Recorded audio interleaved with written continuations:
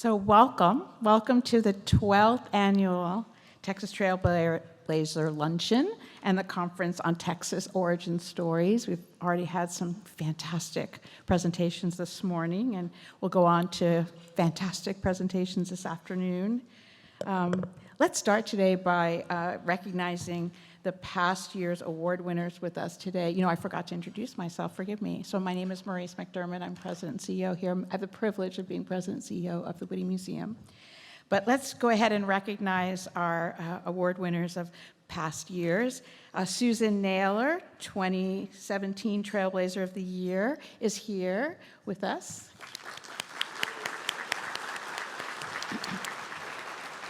Mike Bollner and Bollner's Fiesta Products, the 2021 Trailblazer of the Year, is here.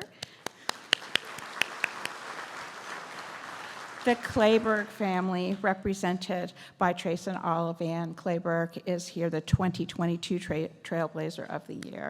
Thank you.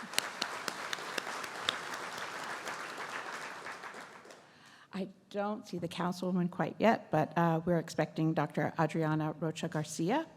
The Conference on Texas has become an important humanities program for the Whitty that allows us to explore the work we do at the Whitty Museum through the lens of new scholarship and community voices.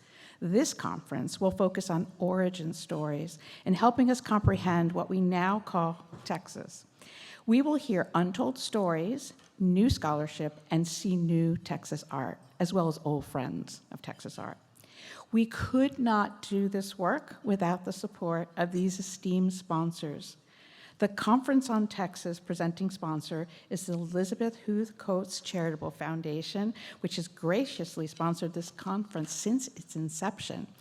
We wish to personally thank Barry and Elizabeth Roberts and Amy Steeren, Wendy Getting, Lisa Cox, the Danielles who are here, and George and Gretchen Steeren O'Gorman. Gretchen, thank you for facilitating, and all of the trustees for your dedication to the arts and humanities. Thank you.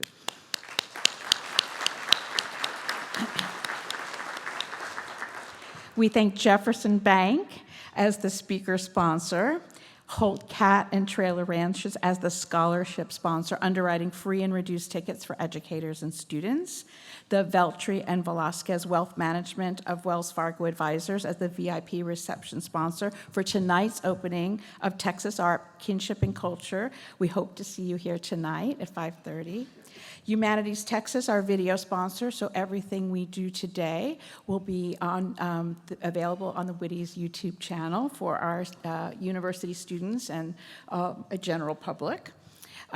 Chair Ryan Berg and Lee Michaels Fine Jewelry for underwriting the beautiful journals at your tables. Thank you. I want to pause for a moment to make an announcement. Chair Ryan Berg has issued a chairman's challenge as the chair for the spring. So Jessica and Ryan Berg will match every dollar up to $50,000 raised.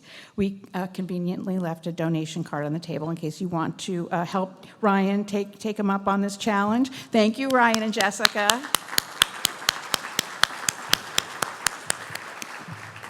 You know, in fact, we are so blessed to have such extraordinarily generous and wise trustees. I take this opportunity to thank the entire Whitty Board of Trustees whose vision and generosity have paved the way for critically important and really courageous decisions to ensure that the Whitty serves the mission to shape the future of Texas. Will all the Whitty trustees please stand so we can recognize you?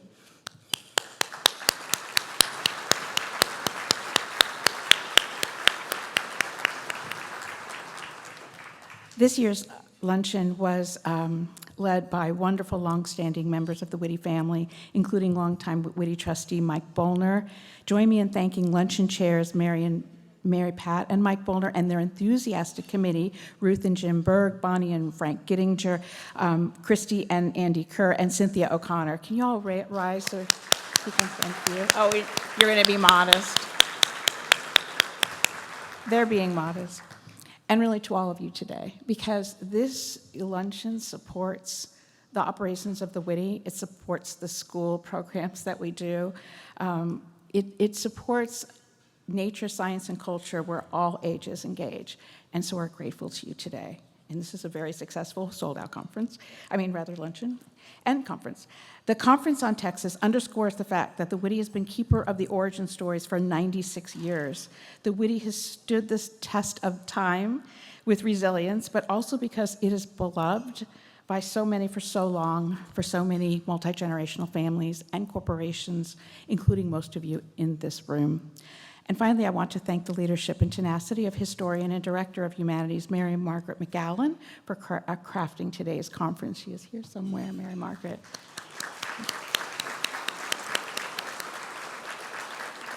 I invite Mike Bollner to join me on stage to lead us in a grace, and afterwards, please enjoy your lunch, and the rest of the program will begin in a few minutes after that. Thank you, Mike.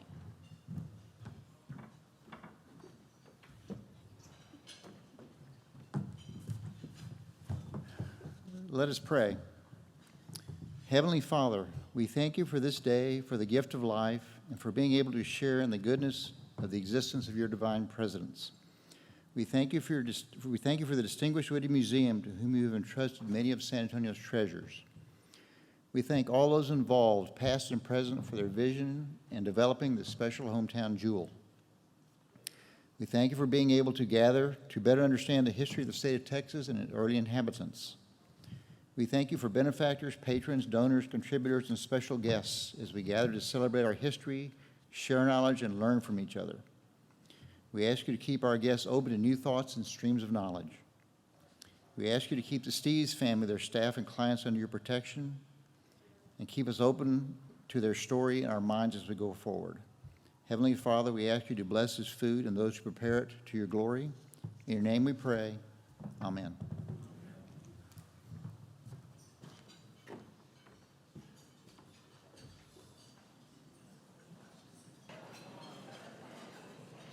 We are so thrilled to be honoring the Steves family today, and if you want to greet them afterwards, I want you to know that they're at these 4 tables right here.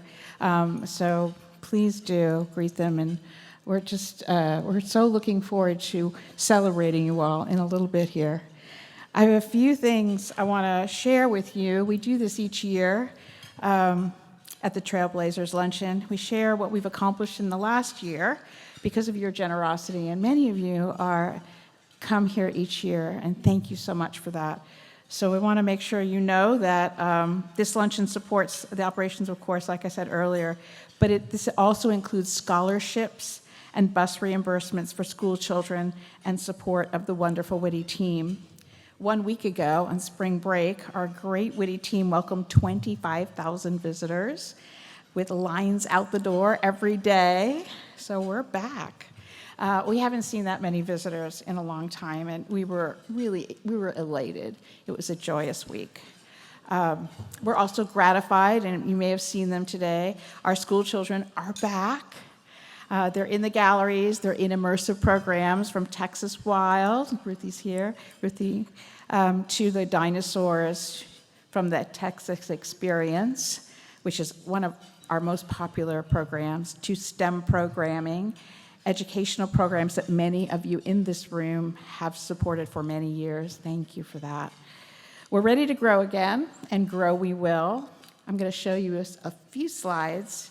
The Whitty was awarded a coveted National Endowment for the Humanities grant to reimagine and expand the Texas history exhibitions in the Robert J. and Helen C. Clayburgh South Texas Heritage Center. So preserving, memorializing, and most importantly, sharing family and kinship histories is so important to acknowledge as we shape the future of Texas. That's our mission, in partnership with multi-generational audiences that we serve. So I wanted to kind of give you an idea. Of course, we serve the people in lifelong learning. Go ahead. I have our wonderful Vice President of Development, Justin Munoz, is operating this. Thank you, Justin.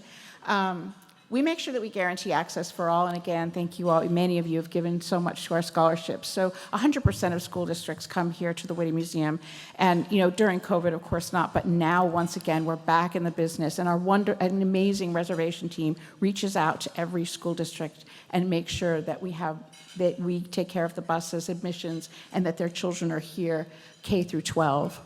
One of the reasons that they want to be here is that we have relevant programs and exhibitions that many of us did not learn in school. For instance, our Black Cowboys exhibition, I hope some of you saw that. It is now traveling throughout the United States, but it was where we illustrated that 1 in 4 cowboys that went up the trail was Black, and so we had a great number of stories of those cowboys. We engage K through 12 in innovative what's Texas Essentials knowledge and skills. So all our teachers, when they look at our programs, are able to check the box so that when those children get to the STAR test, they're prepared with our programs.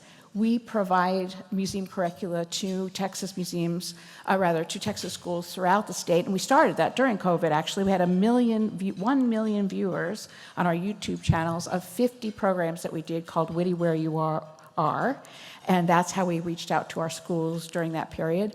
And now we are creating, under the leadership of our Chief of Engagement, Helen Holsworth, a program to provide STEM programming with our artifacts and specimens. Dr. Thomas Adams, our paleontologist and geologist, our chief curator, is helping to craft this amazing curriculum, which is inquiry-based, discovery-based, student-led, student as scientist.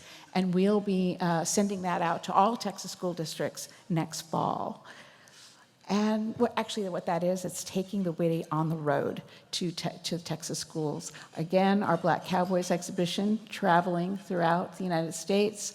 We build workforce readiness. We have a lot of interns here, and from all the universities in San Antonio and beyond, and many volunteers, including our high school students, our docents, our junior volunteers. And this represents the number of hours, which is not small. And so we are shoulder to shoulder with our young ones, our interns and our high school students, again, as they learn how to be a museum professional. And we do encourage the exploration of Texas. If you have not been to the White Shaman Preserve, we were just with Sandy McNabb and his family at a rendezvous. And please do. Every Saturday at 12:30, we take a tour. This magnificent rock art narrative, 4,000-year-old, very cosmologically complex, and we would love to share it with you. And then on the left, a slide of our land stewardship ambassadors who come every Sunday to study. They apply, and at the end of their spring work, they are certified ambassadors, and we give them a stipend to go to college. Okay. So finally, this day is about keeping the community's memories. There's Edward Steves on the left. We have a wonderful Fidencio Duran. The artist Fidencio Duran is here today. We're so thrilled to have him here. This is a new series of paintings that we received from Dr. Ricardo Romo, who is also here with us. Thank you. And of course, Mike Bollner's favorite painting by Samuels of Sam Houston. When Mike was chair of the board, we put that up in the boardroom, and Mike would say, "What would Sam Houston say?" So here we are. And I just take another couple of minutes. This is a painting, Market Plaza by Thomas Allen. And thank you, Justin.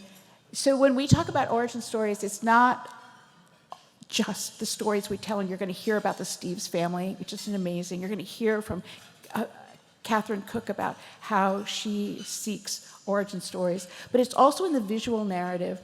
And this particular painting we really love because it shows so many different people, children, the Chili Queens and her children, the nationalities, French and German, you can tell by their hats, the town of freighters, right, you can see behind the cathedral, and that really wonderful sun that bleaches the cathedral, and the chickens, and it's a place of conversation of families, and we are going to be making sure that when we reimagine the Texas History exhibition, we will use these visual narratives to help, inform in visual manner.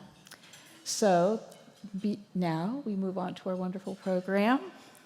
This is a really exciting time for me to introduce our keynote speaker today, Catherine Nixon Cook. who is an exemplary leader in the preservation of personal stories as an author of outstanding and award-winning books. Catherine's biographies and histories delve deep into the origin stories of families and organizations.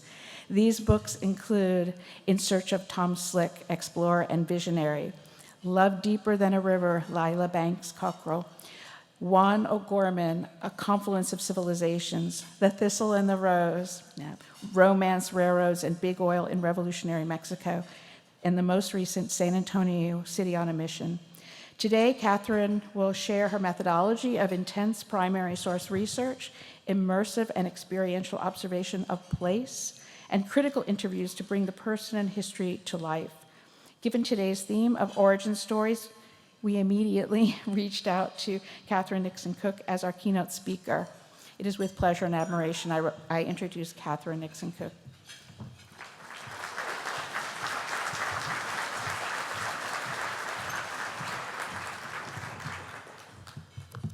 Thank you so much, Maurice. It is such an honor to be here today with all of you Trailblazers in the room, and to be a part of this salute to the Steves family is really special to me, not only because their place in our city's history and beyond is so important, but my friendship with them spans several generations. Marshall, Edwards, and Sam's mother, Patsy, and my mother shared lunch every Friday of their adult lives. We are now the elders, and I'm proud to say that our children and our grandchildren are all friends. So it's really special. As we salute Trailblazers today, we recognize that over the centuries, bold characters have continued to shape what became San Antonio. They are part of origin stories, San Antonio's origin stories, and I'm going to share just a few of those with you today. I hope they will bring to mind other origin stories that capture our rich diversity, maybe within your own family. I'm going to start with a little interactive game. You have a game card at your table, and the people on this slide and the next one are all Trailblazers. See how many you can identify, and pick up an answer sheet or look at the answers on your way out today. They all appear as characters in San Antonio on a Mission, my most recent book, which I co-authored with Henry Cisneros, just published in December, part of next month's book festival. Since our theme today is origin stories, I want to start by sharing one of my very favorites about this place we call home. Centuries ago, a young scout for the Payaya tribe was looking for a new home for her people. She walked along the San Antonio River, which is right outside our doors, and reached the beautiful Blue Hole, not far from here. They named their new home Yanaguana, which means the place of peaceful waters. When the scout died many years later, she was transformed into a powerful blue panther that guards what became San Antonio. We know that early indigenous people settled here and helped arriving Spaniards build missions and acequias. By 1731, San Antonio de Béjar in the Viceroyalty of New Spain looked like this. Its population was a cultural melting pot even then. A group of Canary Islanders arrived that year. German immigrants came just a few decades later, and you'll hear a bit about that from Edward Steves in just a few minutes. Eventually, a new generation was born on this soil. Heroic characters like the statesman José Antonio Navarro, whose father was from Corsica and mother was from a noble family in Spain. It's absolutely accurate to say that San Antonio has been a confluence of civilizations since its earliest days. No one understood that better than the Mexican artist and architect Juan O'Gorman, who created our iconic Confluence of Civilizations mural for the 1968 World's Fair here.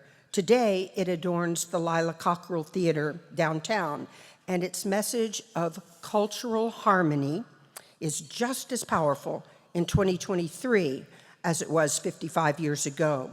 Two remarkable women in San Antonio convinced me to write O'Gorman's biography in 2016. Patsy Steeves, there's that name again, and whose husband was president of Hemisphere at the time, and Flora Cameron Creighton, who commissioned artist O'Gorman to create the mural as a symbol for the fair and as her gift to San Antonio. The story of the mural's creation is fascinating.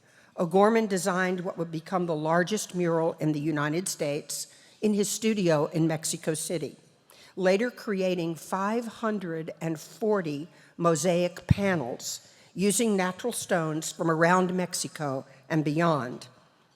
For his colors, like a giant jigsaw puzzle, the panels were assembled on site just weeks before the fair opened.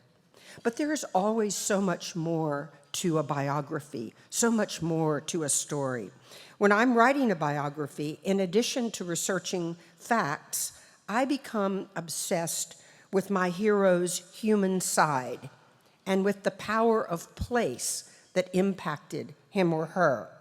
When a friend from Mexico told me that O'Gorman's daughter lived in San Antonio, I was thrilled. Maria Elena Karstensen, here with us today, is pictured on the right as a child, in pink up above. Her memories, vivid descriptions of life in her childhood home, an incredible cave house that her father built nestled in the volcanic rock of the Pedregal area of Mexico City, transported me through time and place. In addition to having wonderful access to personal photos and correspondence, I still found more treasures in the archive at Universidad Nacional Autónoma de Mexico, UNAM, including an unpublished memoir by O'Gorman in Spanish. I discovered loving entries about his abuelita, there on the right, who, after finding her 4-year-old grandson drawing all over the walls of her living room, converted an old gardening shack into an artist's studio for the little boy.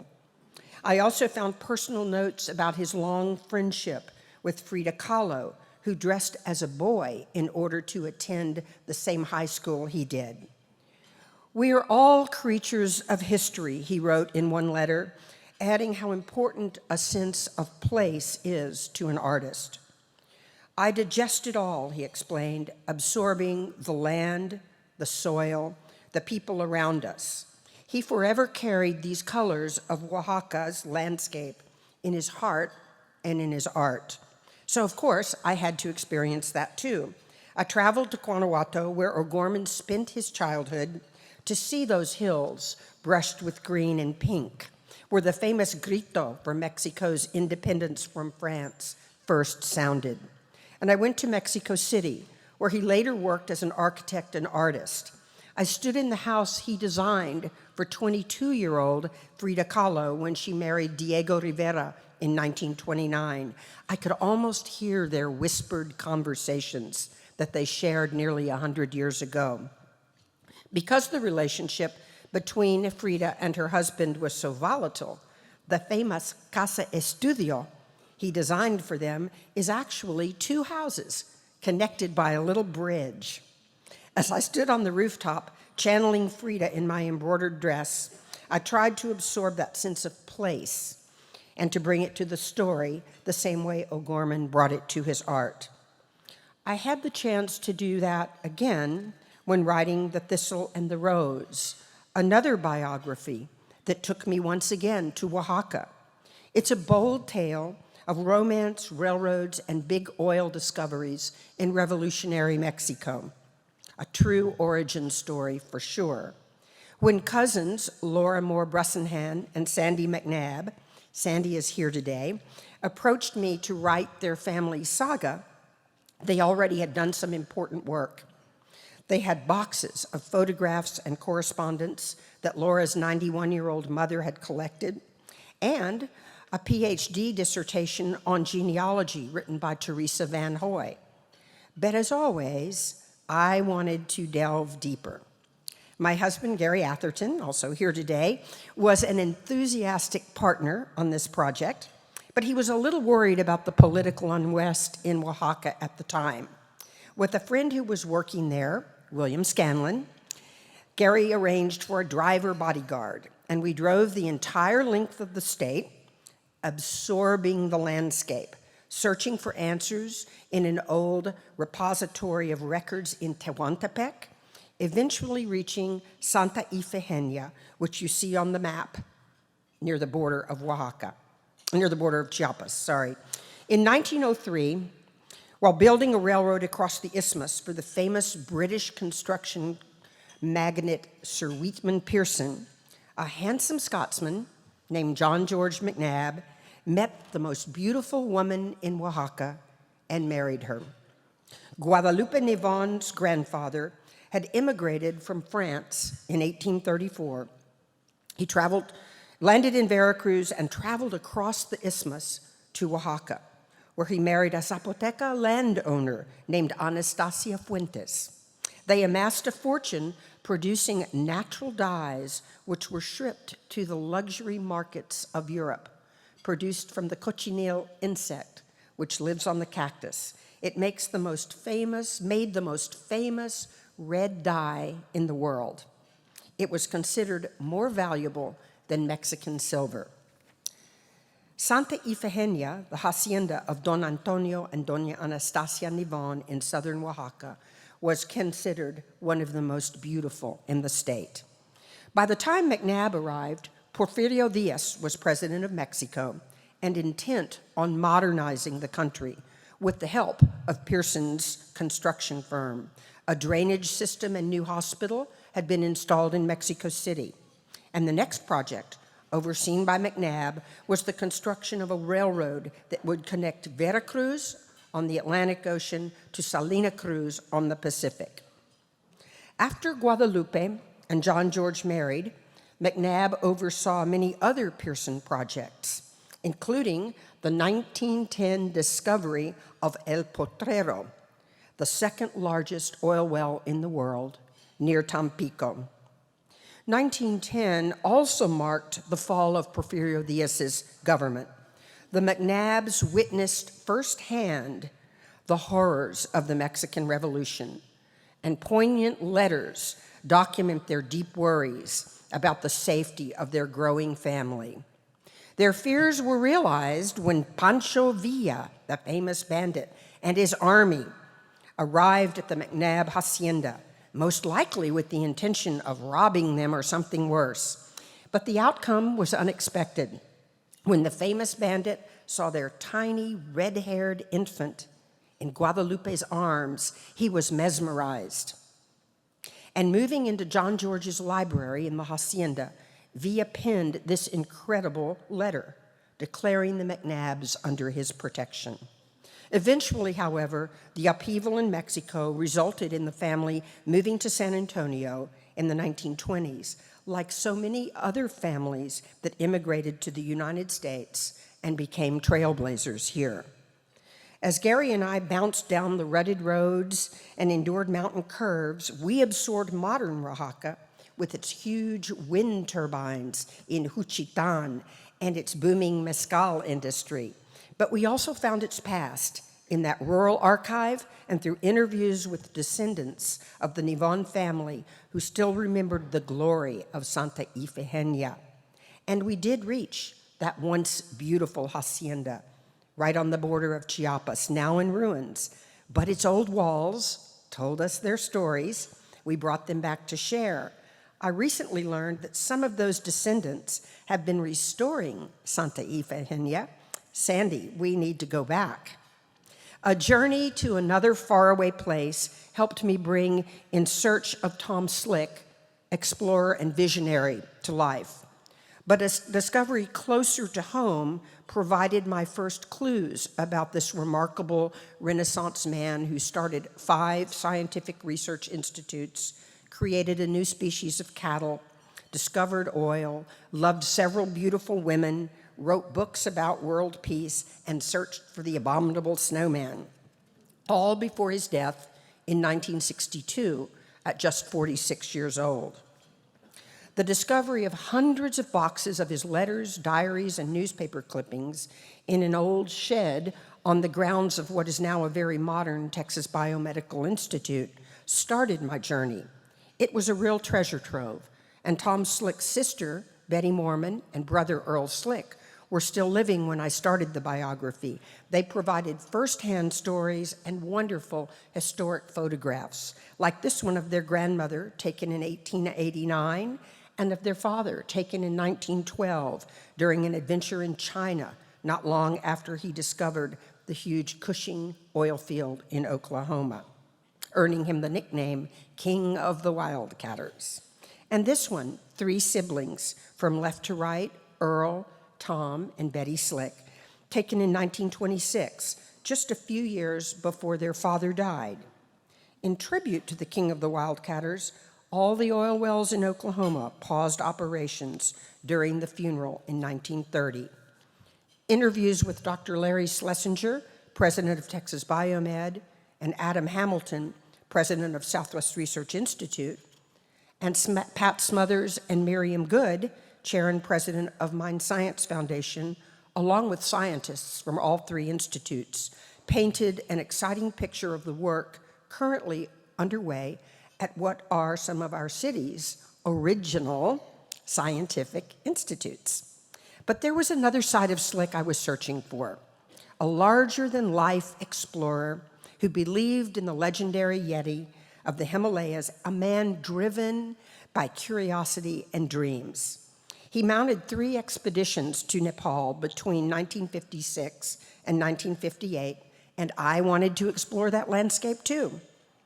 Convincing several adventuresome friends to join me, and a scientist from what was then Southwest Foundation, we traced Slick's expedition in 2001.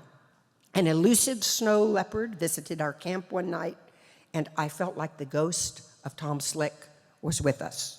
And we absorbed the landscape and recorded incredible mountain stories from elderly Sherpas who remembered the strange Yeti hunters.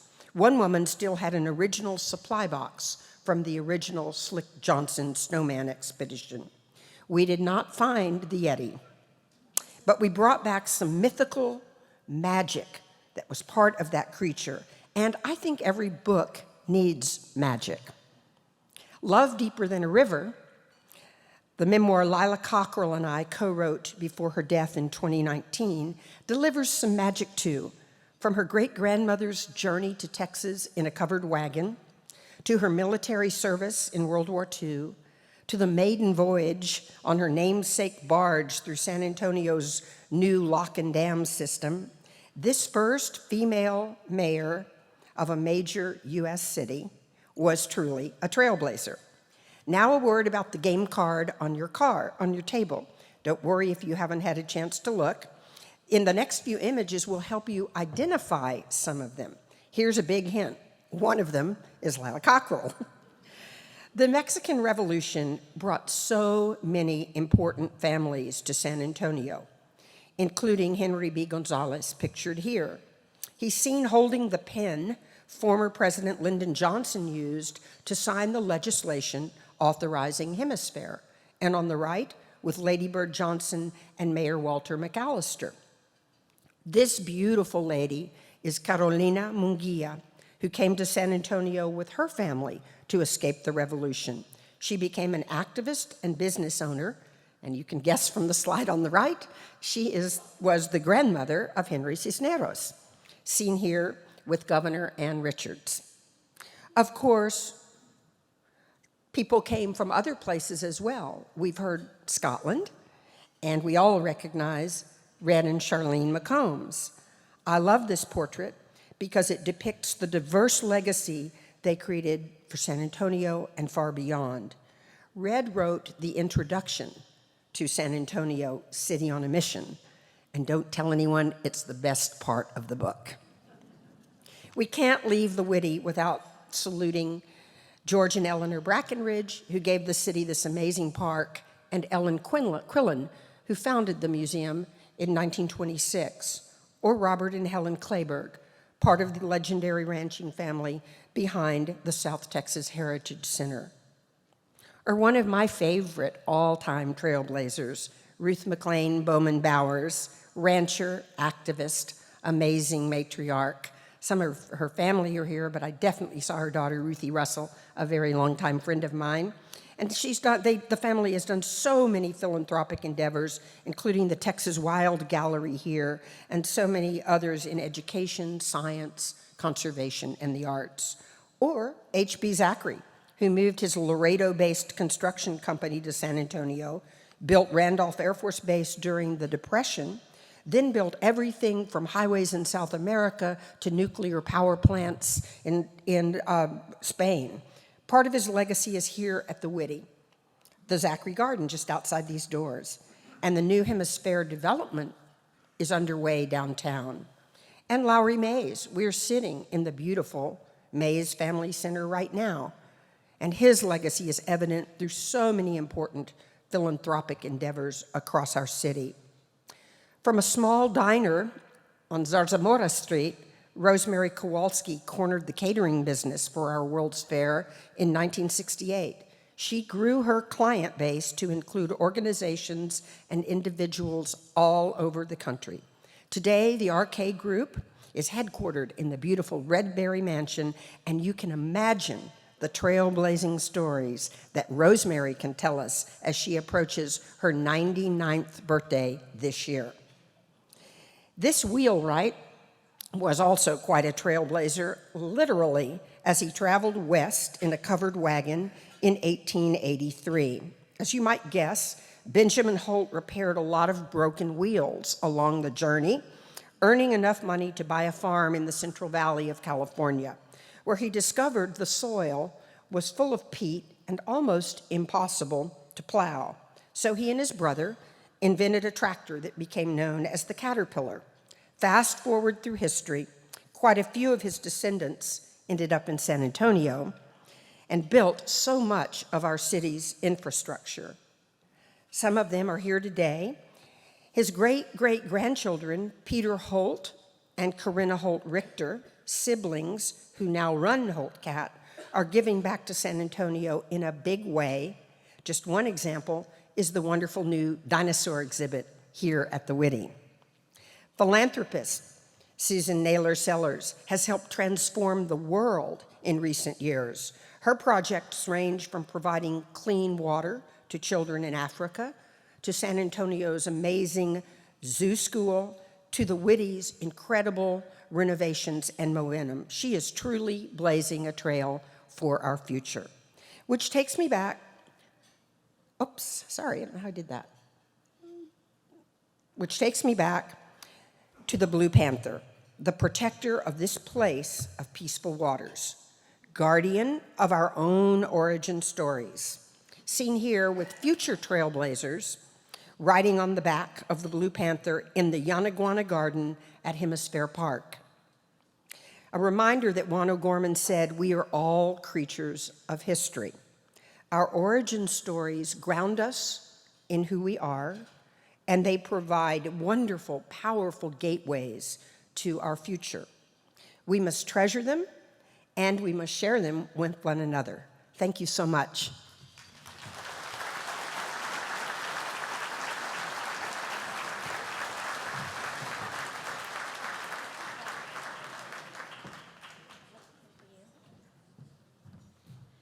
Kathy, thank you for your wonderful, thorough talk. We do have something for you. It's a one-of-a-kind vase by Elise Cano, and she was inspired by Texas landscapes, so we thought that would be perfect. It's right here.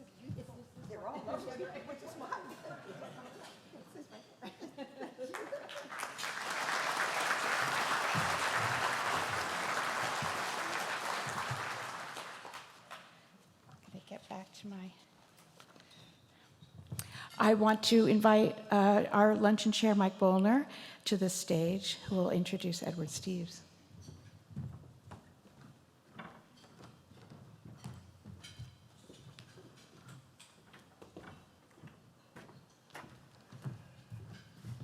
Well, Good afternoon again.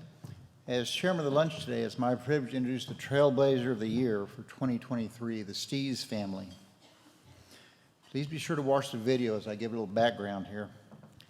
Founded as a lumber company in 1866 by Edward Steves, the great-great-great-great-grandfather, four greats, of Edward and his brother Sam.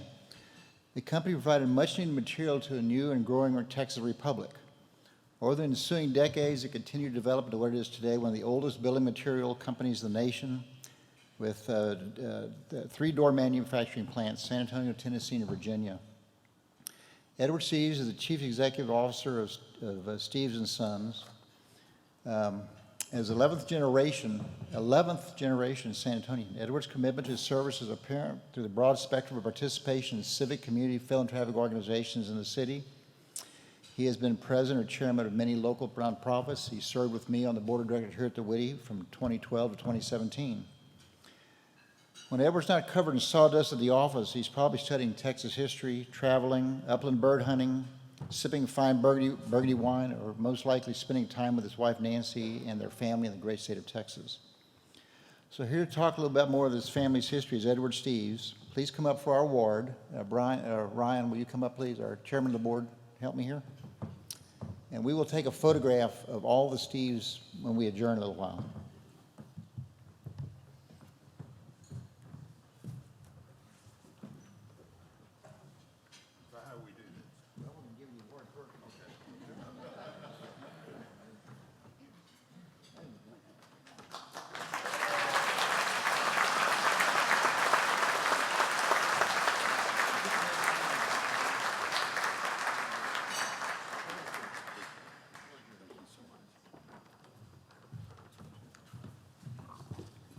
Well, I never want to miss a chance to first thank my wife, Nancy.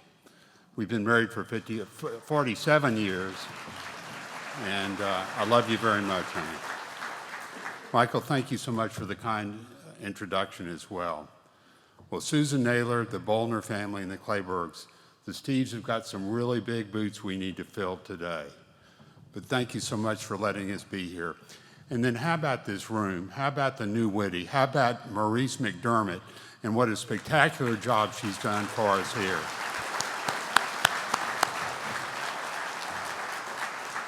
I had planned on saying it might be another 100 years before we remodel, but I think Maurice's imagination is going to have us doing a lot of other things in the next few years and time to come. So, the Steves family, I need to introduce the Steves family. Would all of my cousins and brothers and sisters please stand up, all the Steves family that's in attendance.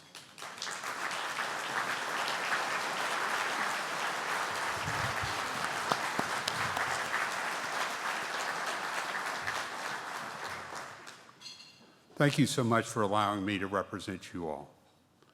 The Steves family has had a presence in Texas since 1847, when Heinrich Steves sent his son Gustav from Germany on a scouting mission to Texas. After receiving positive reports, the rest of the family, father and children, boarded the vessel Neptune in 1849, destined for Galveston. It was a 7-week voyage. Also among the 110 passengers was the August Tips family. We like to remind the Tips that we were traveling steerage and they were in first class on the Neptune. On a side note, my great, I think it's 7th grade grandson of Heinrich Steves is Edward Dilley. Edward, you're here, aren't you? One of his close friends is Robert Tips, who's a 7th greats as well of August Tips. And this is a multi-generational family relationship that's lasted almost 200 years. Edward Steves was the 3rd child of Heinrich. He was 20 years old when they arrived in Texas. While in Germany, Edward had apprenticed as a carpenter and cabinet maker. There, his skills he practiced in New Braunfels and San Antonio before moving to Comfort in 1854. When in the hill country, he worked as a carpenter and farmer. Shortly before the start of the Civil War, Edward bought a thrashing machine that would greatly improve the harvesting crops. An embargo during Civil War prohibited equipment being shipped to Texas. Consequently, Edward possessed the only thrashing machine which he used to not only harvest his crops, but those of his neighbors as well. Edward parlayed all the profits made from the thrashing machine efforts during the war into a lumberyard and founded Ed Steve's Lumber Company in San Antonio in 1866. During the 1870s, Edward Steves was also joined by two of his children, Albert and Ernst, and the name of the company was changed to Ed Steves and Sons Lumber Company. The company grew and prospered through the years. The brothers were purchasing millwork, meaning doors, windows, stair parts, and components from mills in the Midwest that were transported down the Mississippi River to New Orleans and on to San Antonio by ox cart before the railroads were installed. Albert Steves Sr. and Albert Steves Jr., pictured here with my Uncle Albert, Albert III, they saw the opportunity to make millwork in San Antonio, thus beginning Steves Sash and Door Company, which today is named Steves and Sons. Our mother and former chairman of our company, Patsy Steves, reminded us of Albert Steves' dedication to his company when she recounted a story regarding Albert Steves' general work ethic. It is said that while relaxing on a boat in the Xochimilco floating gardens, Mrs. Steves said to her husband, "Oh, Albert, this is my idea of heaven." To which Albert replied, "Fanny, my idea of heaven has a desk in it." Albert was also a benefactor of the Whitty Museum. One of his many gifts includes this large amethyst geode that was left on the front steps of the Whitty Museum December 4th, with the note, "Merry Christmas." It no doubt was delivered in his Model T, which itself was the gift to the Whitty Museum later on. Both Albert Sr. and Albert Jr. provided leadership during the First World War and the Depression. During World War I, we made aircraft propellers known as Alamo propellers for the Army Air Corps, which you all know was farmed here in San Antonio at Fort Sam Houston. During the Second World War, Steves Sash and Door manufactured joinery work for Liberty ships, which were supply ships to support the war efforts in all theaters of combat. For this effort, Steves Sash and Door Company was awarded the 5-star Maritime M Flag for Excellence of Service. In fact, after World War II, our grandfather, in gratitude for all of his sons coming home safely from the war, returned all the profits made during the war years back to the government. The next generation of Steves, Gen 4, ran several different businesses. Our father, Marshall Steves Sr., would have been 100 last month. He managed Steves Sash and Door Company, and in 1955, he departed from the business model that had been created by his father and grandfather and decided to exclusively manufacture flush doors, a product that was brand new to the building material industry in this country at the time and remains our core business today. As a result of his bold decision and leadership, today we're privileged to oversee an organization comprised of 6 manufacturing plants, over 1,400 team members in 5 states, servicing the entire country. Our father is pictured here with Mary McAllister and the plant superintendent, Pat Ewing, in 1964, after completing our 3 millionth door in 9 years. Today, we manufacture well over 10 million doors a year, serving the finest millwork jobbers in the country, as well as exclusively serving the Home Depot, where we won their Vendor of the Year 4 times. We had these signs, these flags put up. They didn't give us these flags. We thought we liked the Spurs, and so we needed to have those up. Now, among those in this picture is Albert Steves Sr. with many children and grandchildren.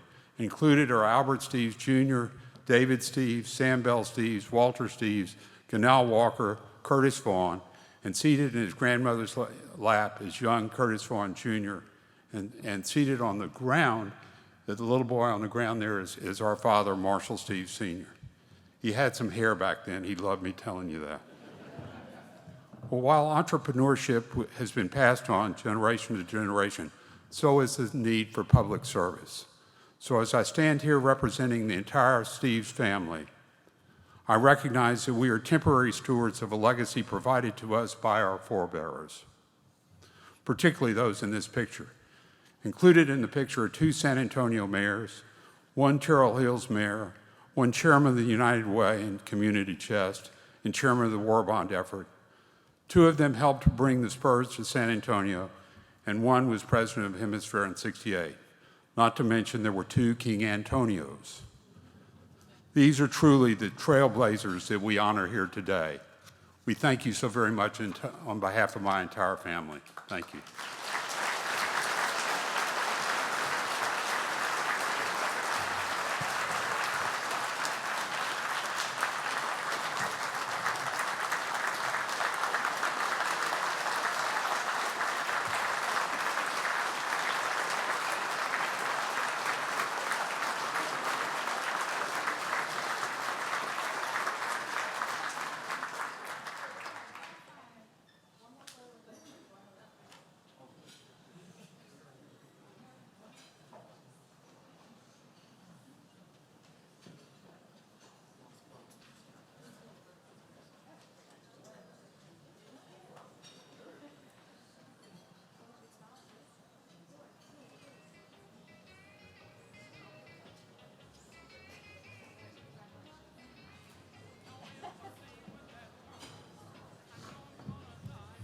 Okay, that concludes our Trailblazers luncheon. But wait, I want to make sure you know about this. The next section of the Conference on Texas, and you're all invited, is the Glasscots, from circus artistry to oil industry, with Kathleen Glasscott-Tomasovic over here.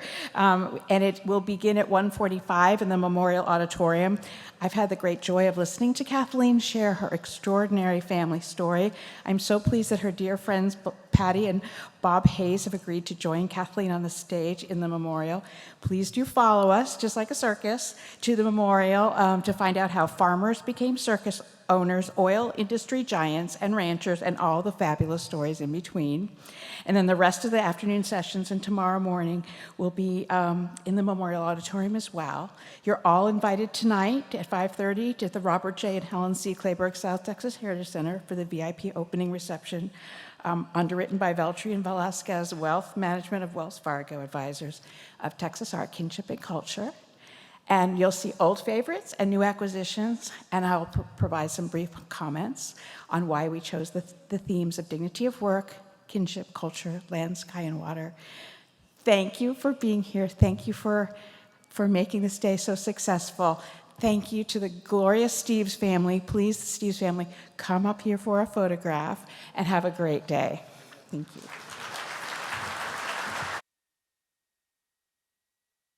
Hey, Chris, and all the Steves family, please come up on stage.